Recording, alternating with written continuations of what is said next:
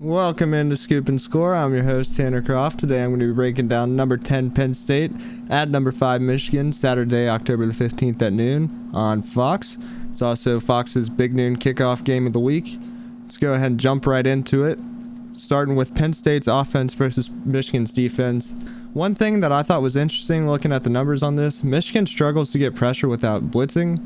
The vast majority of Michigan's team sacks come from their linebackers, and 5 of their 6 leaders in sacks are linebackers for Michigan. But to go ahead and get into the numbers, Penn State is the number 37 total offense in the nation, averaging 443.6 yards per game. And they're taking on the number 5 total defense in the nation, averaging 247 yards per game, or allowing 247 yards per game in Michigan. Penn State is the number 37 scoring offense in the nation as well, which I think is kind of interesting that they're number 37 in total offense and scoring offense. So I guess you could go ahead and call them the number 37 offense in the country. Anyway, 34.4 points per game.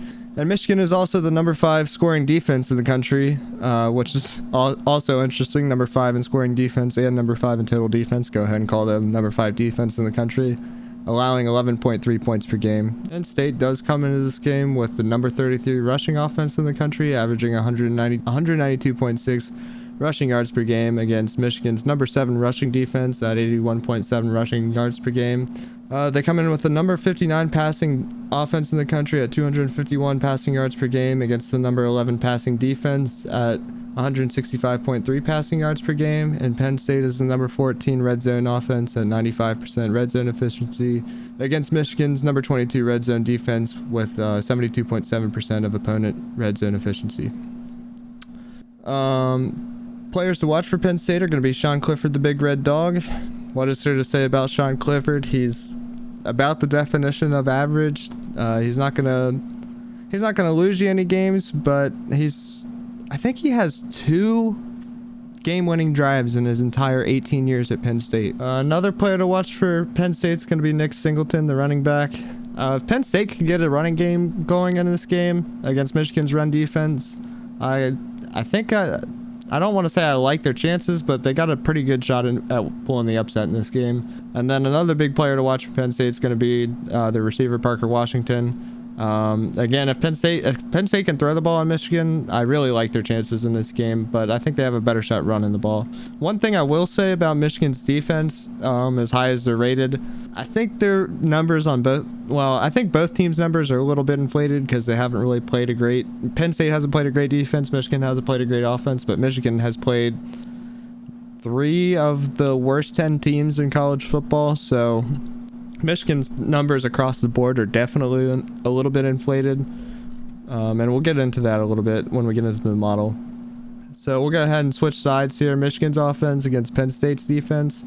The big question for me is if Michigan can exploit Penn State's passing defense. Penn State does not have a very impressive passing defense to me. I think Penn State will play man because that's been their identity, and in my opinion, it's too late now to back away from the identity of your team. And so Michigan has to, J.J. McCarthy and Ronnie Bell have to go make some plays. Ronnie Bell only has 1 touchdown on the year, so he, in my opinion, has to go make some plays for Michigan. Not for Michigan to win the game, because I think Michigan is a better team, but Michigan would be in very good shape if their passing offense gets clicking. Anyways, let's go ahead and jump into the numbers for this one. Michigan comes in with the number 28 total offense in the country, putting up 458.7 yards per game. Penn State, number 38 total defense in the country, allowing 341.6 yards per game. Michigan, number 7 scoring offense in the country, 43.0 points per game. And Penn State, number 13 scoring defense in the country, allowing 14.8 points per game. Michigan rushing average, 212.3 rushing yards per game. That's good for 19th in the country. Penn State, top 5 rushing defense in the country, number 5, only allowing 79.6 rushing yards per game. And this is really going to be the key to the game to me. Michigan's passing offense is number 68 in the country, putting up 246.3 passing yards per game.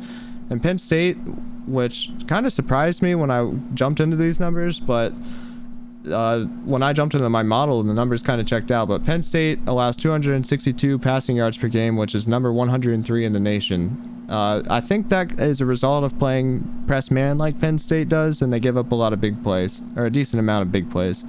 Anyways, Michigan number 25 red zone offense in the country, 90.9 red zone efficiency. And Penn State is the number 8 red zone defense in the country. Opponents only allow or average 66.7 red zone efficiency. So something's got to give there. It's a good red zone offense against a really good red zone defense. Anyway, players to watch for Michigan are going to be quarterback J.J. McCarthy. I think he's really the key player in this game. If he plays, really, J.J. McCarthy is 2 players to me. He's a really, really good player, and he makes a lot of plays that only a handful of quarterbacks in the country can make. But to me, he also plays like a first-year player that is on, his 3rd or 4th start. And he makes a lot of mistakes that he just hasn't... Michigan hasn't gotten punished for his mistakes that he's made yet. I know Maryland dropped a pick, and then there was another ball he threw later in the middle that probably should have gotten picked, and there just wasn't anybody there. So really, if J.J. McCarthy can limit the mistakes, I like Michigan's chances in this game. The next player to watch for Michigan's obviously Blake Corum, Heisman contender.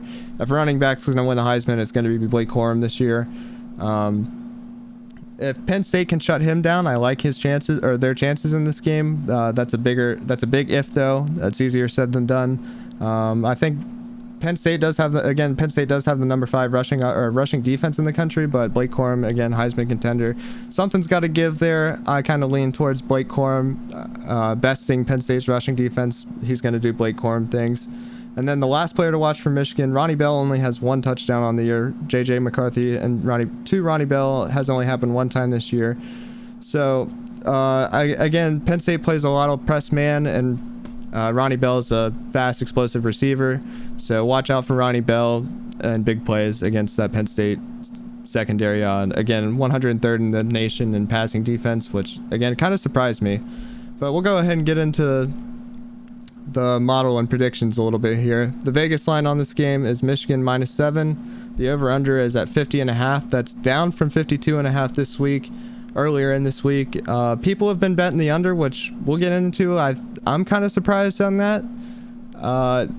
Under 50.5, that's an NFL score. That means people think both teams are going to be in the low to mid 20s, which I just don't see. We'll get into that in a second. First, I want to talk about how can Penn State pull the upset. In my opinion, Penn State has to be able to establish a run, and Penn State has to be able to shut the run down. It really is pretty much that simple. If Penn State can force J.J. McCarthy to beat them and beat them with his arm, I don't want to say that they're going to win the game if that happens, but their chances go way, way up. If Michigan can run the ball down Penn State's throat, Penn State doesn't have a chance in my opinion.